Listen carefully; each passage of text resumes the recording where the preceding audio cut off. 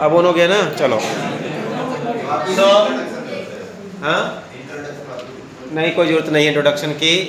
And so main चीज़ जो बोलनी है वो आई गई है कि today will start with the colligative properties. Colligative properties.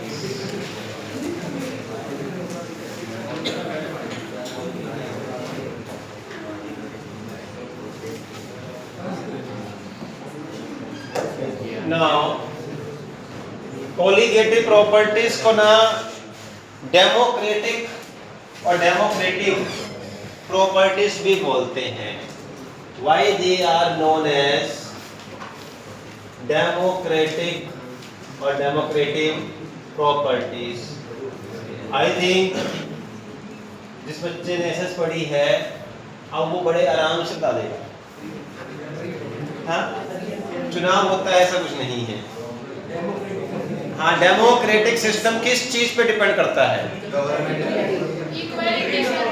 Equality. चलो इनडायरेक्टली जुड़ा हुआ है उस चीज से, इक्वालिटी से।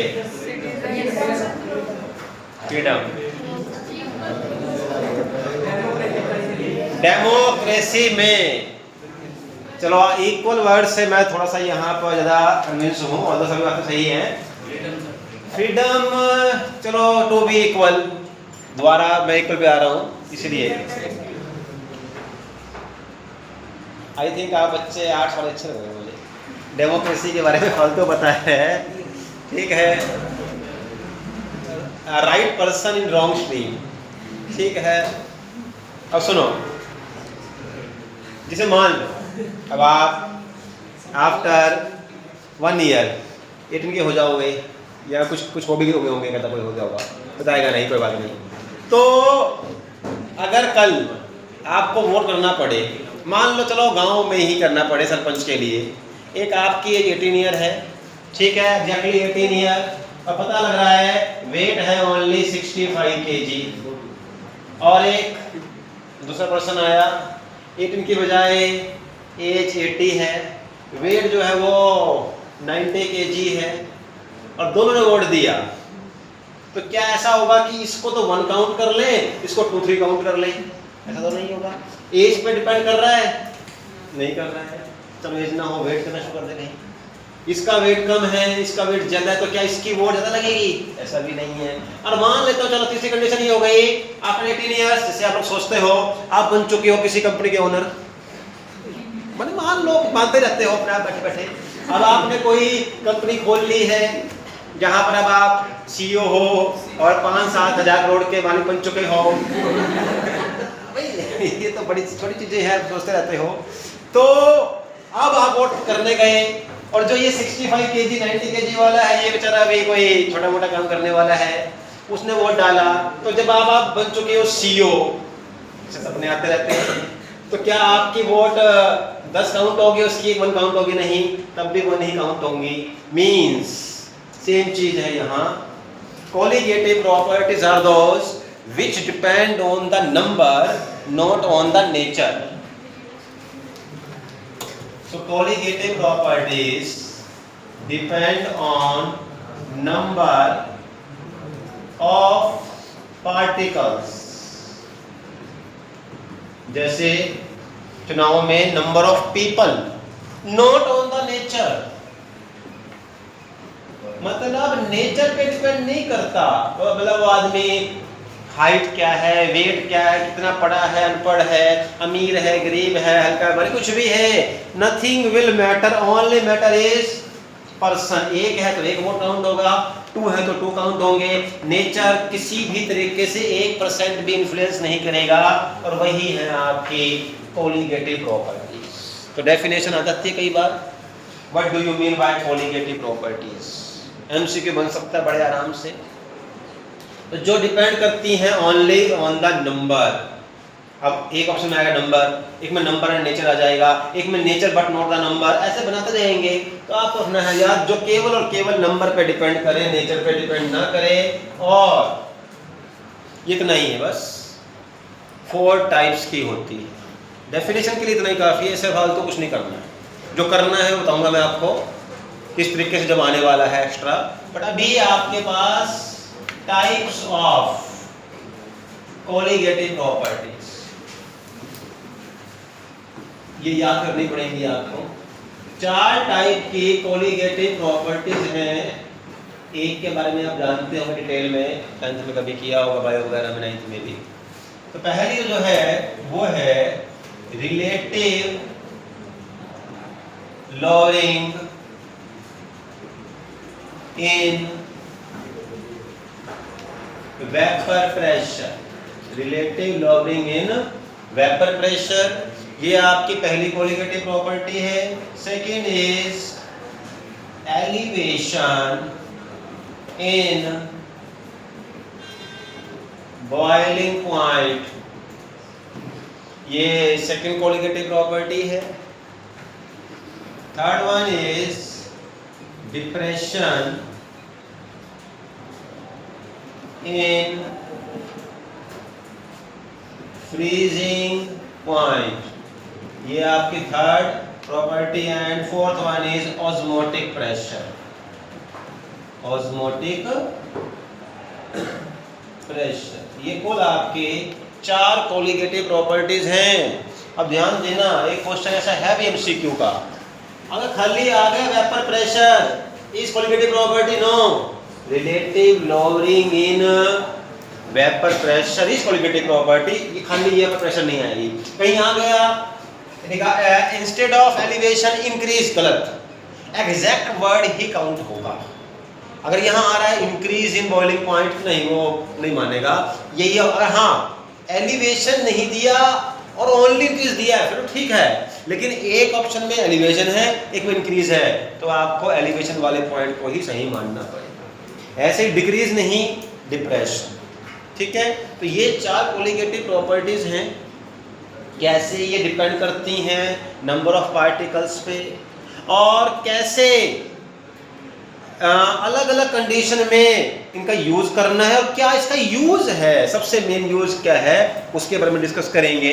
वो जो यूज है वो सबसे बड़ा आपका आएगा न्यूमेरिकल पोर्शन में, वो न्यूमेरिकल पार्ट है यूज। तो अब सबसे पहले ना मैं आज बस यही करेंगे, only one colligative property, that is relative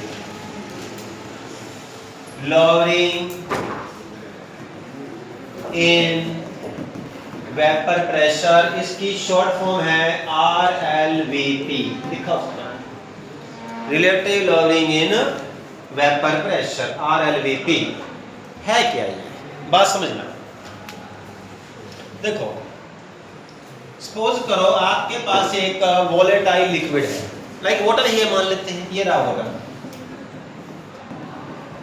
ठीक। ऊपर से इसको बंद कर दो और यहाँ आपने एक डिवाइस लगाया है जहां से इसका वेपर प्रेशर निकल सकता है, क्योंकि एक रूम टेम्परेचर पर भी वेपर बनेंगे, और वेपर बनेंगे तो प्रेशर भी होगा। मान लेते हैं यहाँ प्रेशर आ रहा है 1.5 atm, टेम्परेचर है हमारे पास 35 डिग्री सेल्सियस, और ये चेंज नहीं करेंगे, ये फिक्स रहेगा। प्रेशर में टेम्परेचर चेंज नहीं करना है। मैंने नोट कर लिया 1.5 atm प्रेशर आ रहा है। नाउ अगर मैं इसके अंदर अब कुछ नॉन वोलेटाइल सॉल्यूट के पार्टिकल्स जैसे कि सॉल्ट ऐड कर दूं, क्या ऐड करना है मुझे, non volatile solute. What is non volatile, जिसके वेपर्स ना बने, मेन सॉलिड जैसे ग्लूकोज, यूरिया, सुक्रोज, सॉल्ट, ये आएंगे आपके पास नॉर्मल वे में। तो मैंने मान लेता हूं ऐड कर दिया है यहाँ पे ग्लूकोज, ग्लूकोज के कुछ पार्टिकल ऐड कर दिए, और ये देखो अगर सॉल्यूशन है तो कैसा होगा, होमोजेनियस मिक्सचर, तो in through out the solution glucose के पार्टिकल इक्वली ही डिस्ट्रीब्यूट होंगे, ठीक हो गए। अब बताओ जरा मुझे, अब वेपर प्रेशर में क्या कोई चेंज आना चाहिए या नहीं, क्योंकि वाटर कहीं बाहर नहीं गया। पहले बोल दूं, अगर पहले भी 500 ग्राम वाटर था, अब भी 500 ही है। मैंने केवल ये किया कि 18 ग्राम मैंने वाटर ग्लूकोज ऐड किया है।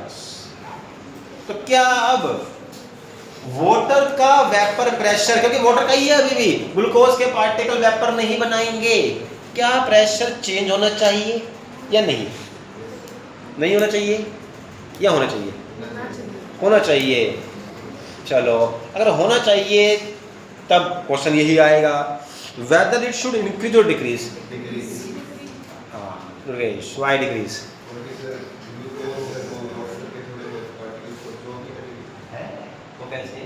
How glucose can absorb water particle?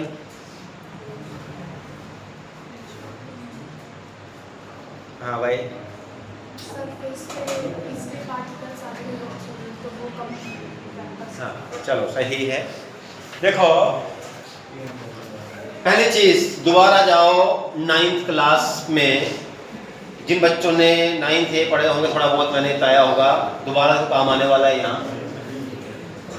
ये आपके पास एक प्योर लिक्विड है, प्योर लिक्विड, वोलेटाइल लिक्विड, कैसे बनते हैं वेपर, अगर वो प्रोसेस आती है तो समझ जाओगे कैसे बनते हैं वेपर। देखो, as compare to solid, liquid की जो काइनेटिक एनर्जी है वो क्या होती है? हाई होती है। योग आगे जाओ, अंकुश आ जाओ, अभी आगे जाओ। आप दोनों हीरे हो, पता है ना? स्पेशल ध्यान है आपका प्रिंसिपल का आपके ऊपर, कह रही यही बच्चे हैं जो कुछ कर सकते हैं, इनका ध्यान रखो। कुछ कर सकते हैं मतलब गड़बड़ वो नहीं, तुमको ध्यान रखो, कहा गया स्पेशल। तो कैसे वेपर बनते हैं? देखो, सॉलिड और लिक्विड में से किसकी एनर्जी ज्यादा है? लिक्विड की, इसीलिए उसके पार्टिकल घूमते रहते हैं यहाँ हमेशा। कोई भी लिक्विड कभी उसके पार्टिकल स्टेबल नहीं होते हैं, बेशक आपको नजर ना आए, हमेशा पार्टिकल घूमते रहते हैं because of their high kinetic energy. अब समझना होगा क्या, वाटर के पार्टिकल घूम रहे हैं, ये वाला यहाँ आया, ये वाला यहाँ गया, अल्टीमेटली इनके बीच में क्या होते हैं? कोलिजन, टकराते हैं आपस में। अब मान लो ये वाला पार्टिकल टकराया इससे, दो पार्टिकल टकराने से क्या प्रोड्यूस होगी? एनर्जी। अब एक पार्टिकल की एनर्जी बढ़ेगी और जितनी बढ़ी दूसरे की घट जाएगी। तो क्या होगा, मान लेता हूं इसकी एनर्जी बढ़ी थी, यहां पहुंच गया, दोबारा टकराया, इसकी बढ़ी यहां। जिन पार्टिकल की एनर्जी सबसे ज्यादा हाई होगी ना, they will reach on the surface. Actually surface पर हमेशा हाईएस्ट एनर्जी वाले पार्टिकल ही होते हैं। हाईएस्ट एनर्जी पार्टिकल कहां होंगे? सरफेस पे। जिनकी लीस्ट एनर्जी होगी वो नीचे होंगे।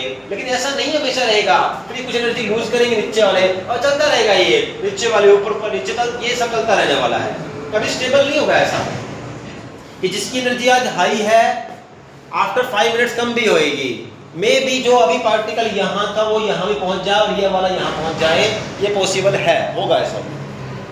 अब जब इस तरीके से सरफेस के ऊपर सबसे हाई एनर्जी वाले पार्टिकल आ गए, अब पता क्या होगा, इनमें से भी जिन पार्टिकल की एनर्जी सबसे हाई, बहुत ज्यादा हाई है, they will try to change into vapour. लेकिन ऊपर से क्या लग रहा है?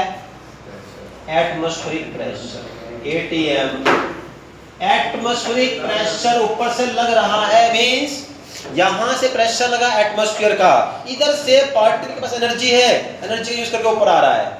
अब वो वाले पार्टिकल जिनका प्रेशर एटमॉस्फेरिक प्रेशर से ज्यादा है, वो तो कन्वर्ट हो जाएंगे वेपर में, और जिनका प्रेशर एटमॉस्फेरिक प्रेशर से कम है वो नीचे ही रह जाएंगे, वो वेपर में कन्वर्ट नहीं होंगे।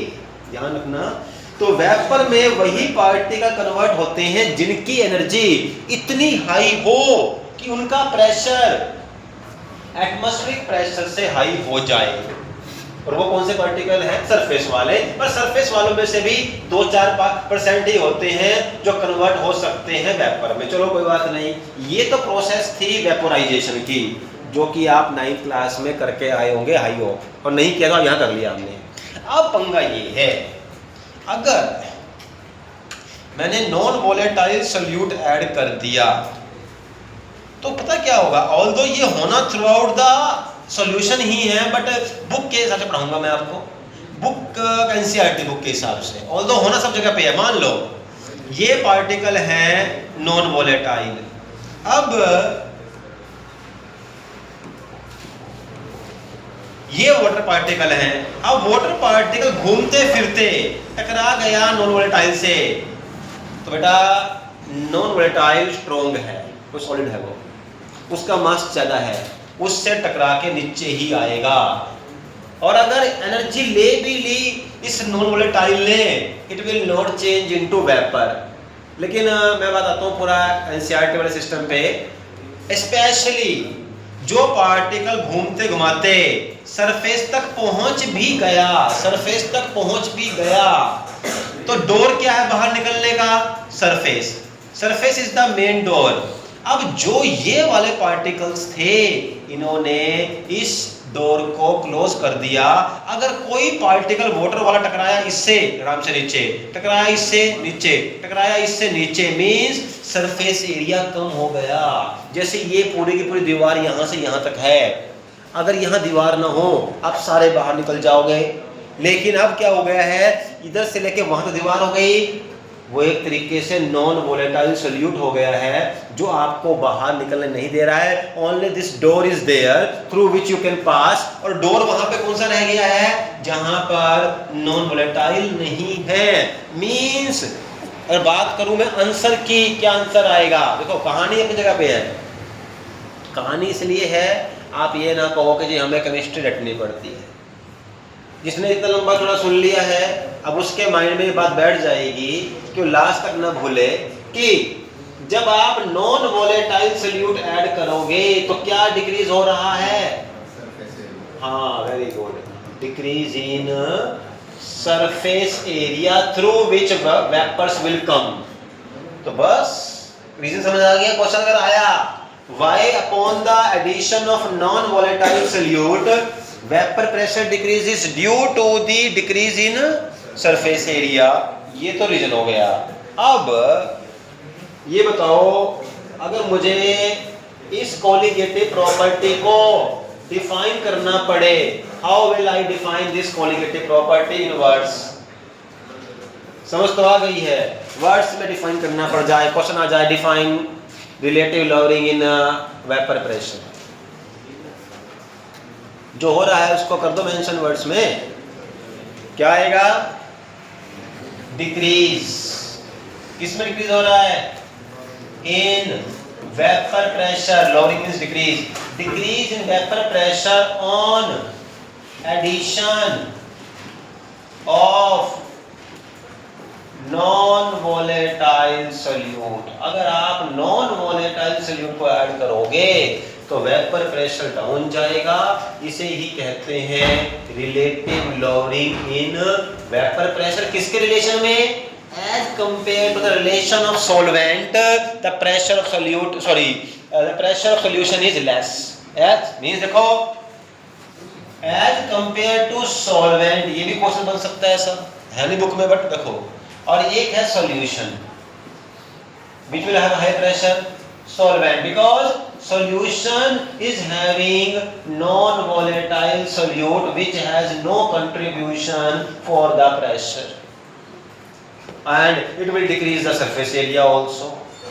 ठीक है, तो ये सॉल्वेंट का प्रेशर हमेशा ज्यादा होगा किससे, सॉल्यूशन से।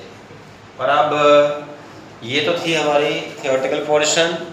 अब आ जाओ सबसे मेन पोर्शन इस कोलिगेटिव प्रॉपर्टी का, हर एक का रहेगा वो तो न्यूमेरिकल। ये मान के चलो 75% चांस है इस चैप्टर से जो क्वेश्चन आएगा वो कोलिगेटिव प्रॉपर्टी से आएगा। मोर देन 75, बट मैं फिर भी 75 बोलूंगा, क्योंकि ऑलमोस्ट मैं अगर डिस्कस करूं तो पिछले 10 ईयर में 9 ईयर इसी का ही क्वेश्चन आया है। वो अगर मैं उससे बात करूं 90% है, ठीक है, बट स्टिल हमें बाकी करना ही होता है।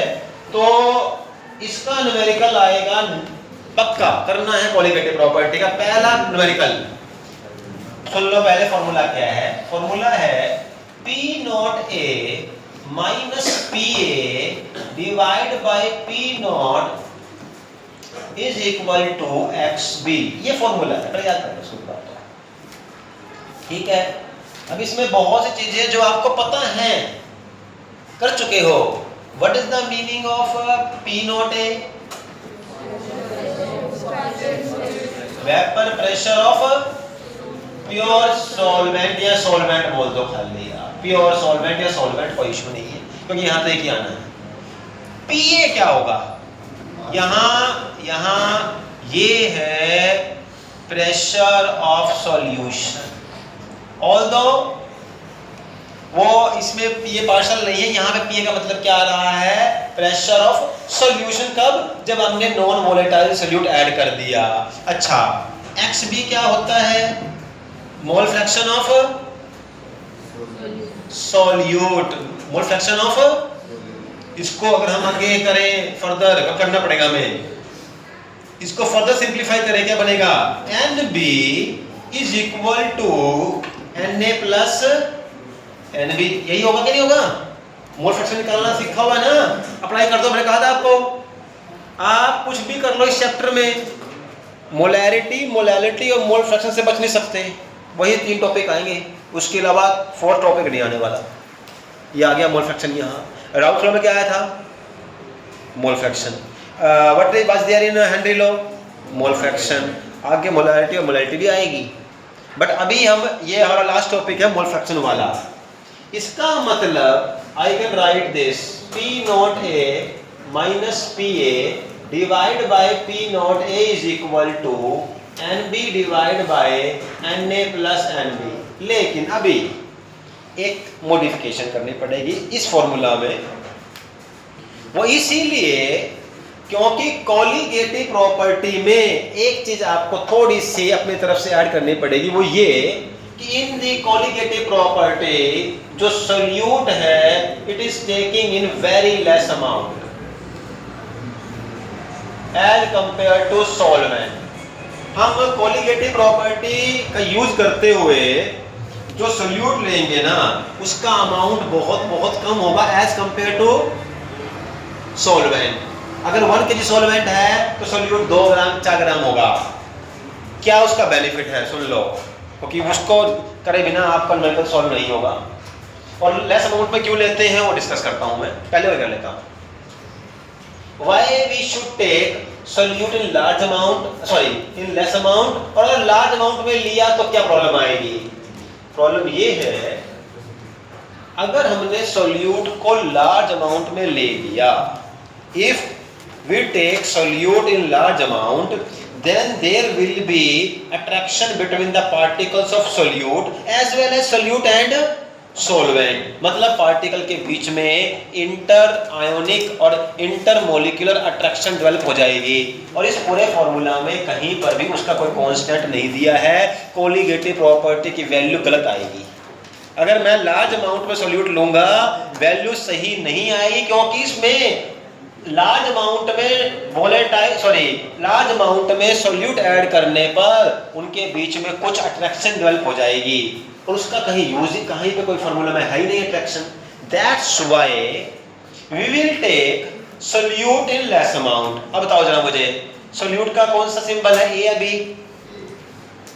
बी होता है हमेशा। इसीलिए हम हमेशा कोलिगेटिव प्रॉपर्टी में प्लस माइनस करते हुए सॉल्यूट के नंबर ऑफ मोल्स को अवॉइड करेंगे, नेग्लेक्ट कर देंगे। और ये करना पड़ेगा आपको, नहीं किया तो बहुत सारे क्वेश्चन सॉल्व नहीं कर पाओगे। मैं बता रहा हूँ, करना पड़ेगा। ये एग्जैक्ट फॉर्मूला है, इसको भी फर्दर सिंप्लीफाई करें तो क्या बनेगा? जो लास्ट है जो को काम आने वाला है, P not A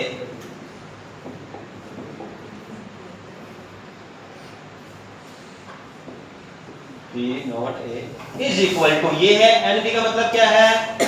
WB by MB, WB by MB। अच्छा नीचे क्या रखा है? NA।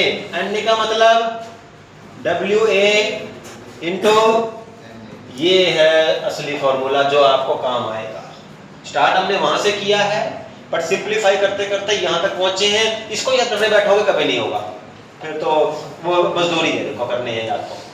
No benefit of remembering this formula. यहाँ से स्टार्ट करो, इधर पहुंचो, ये हो गया, ठीक। और कैसे इसको यूज करना है तो सीख लेगा ना, बिल्कुल आसान है।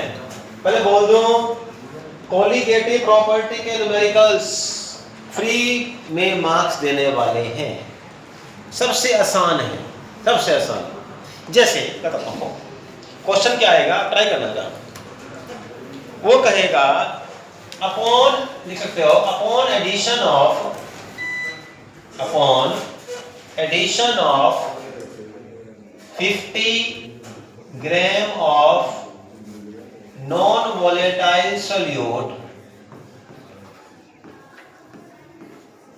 in 900 gram of water, the vapor pressure of solution decreases from 760 millimeter of mercury to 750 millimeter of mercury. Find the molar mass of solute. और 90% क्वेश्चन में आपको मोलर मास ही निकालना आएगा सोल्यूट का। Find the molar mass of solute. Now you have 2 minutes. The sharp brains find the molar mass of solute. पता ही नहीं solute कौन सा है।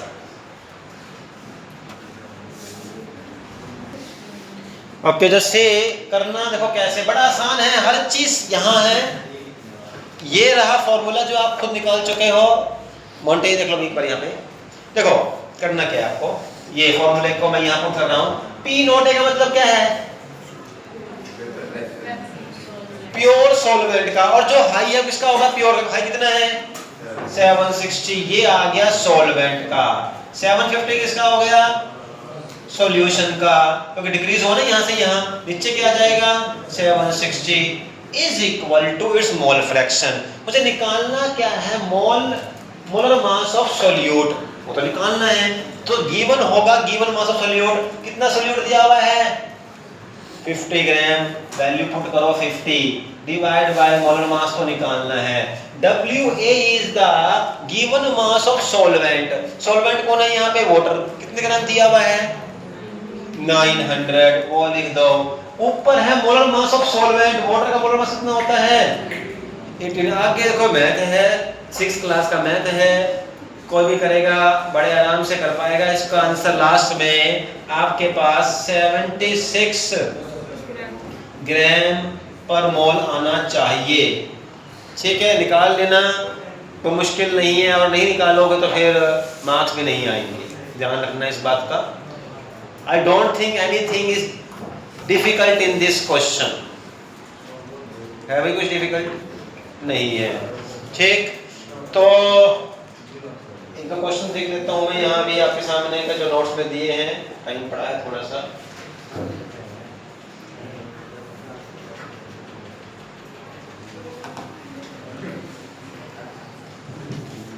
इसके बाद नेक्स्ट 2 प्रॉपर्टीज में मोलैरिटी का यूज होगा, और लास्ट वाली में मोलैरिटी का।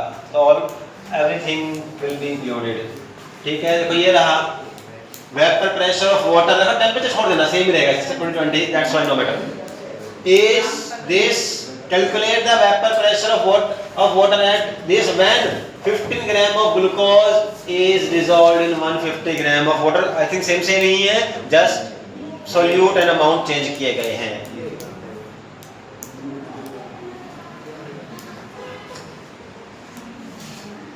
सेम PYQ है, तो ट्राई कर लो इस क्वेश्चन को। थोड़ा सा पंगा आएगा कैलकुलेशन का, वो करो, बस कैलकुलेशन ही करनी है, बाकी सब आता है आपको, ठीक है। ऐसे कर लेना। तो देखो भाई इसमें मुश्किल से कुछ नहीं है, जस्ट थोड़ा कैलकुलेशन दिक्कत आएगी आपको। बाकी भाई क्योंकि इसमें ना बड़ा हल्का सा डिफरेंस है, 25.23.75 और 23.375, यहाँ गलती कर दी तो प्रॉब्लम आनी स्टार्ट हो जाएगी। बस एग्जैक्टली आंसर आएगा 0.375। अगर ये सही निकालना है तो सब कुछ ठीक है, अगर यही गड़बड़ कर दे फिर आंसर गलत आना ही आना है। ठीक, and by all multiplying the values answer is 60 gram per mole. ठीक है, मुश्किल कुछ नहीं है। आंसर कितना है आपका? करो एक बार चेक कर लो, वो तो यहाँ लिखा है वो सही है कि नहीं है। अगर सही लिखा है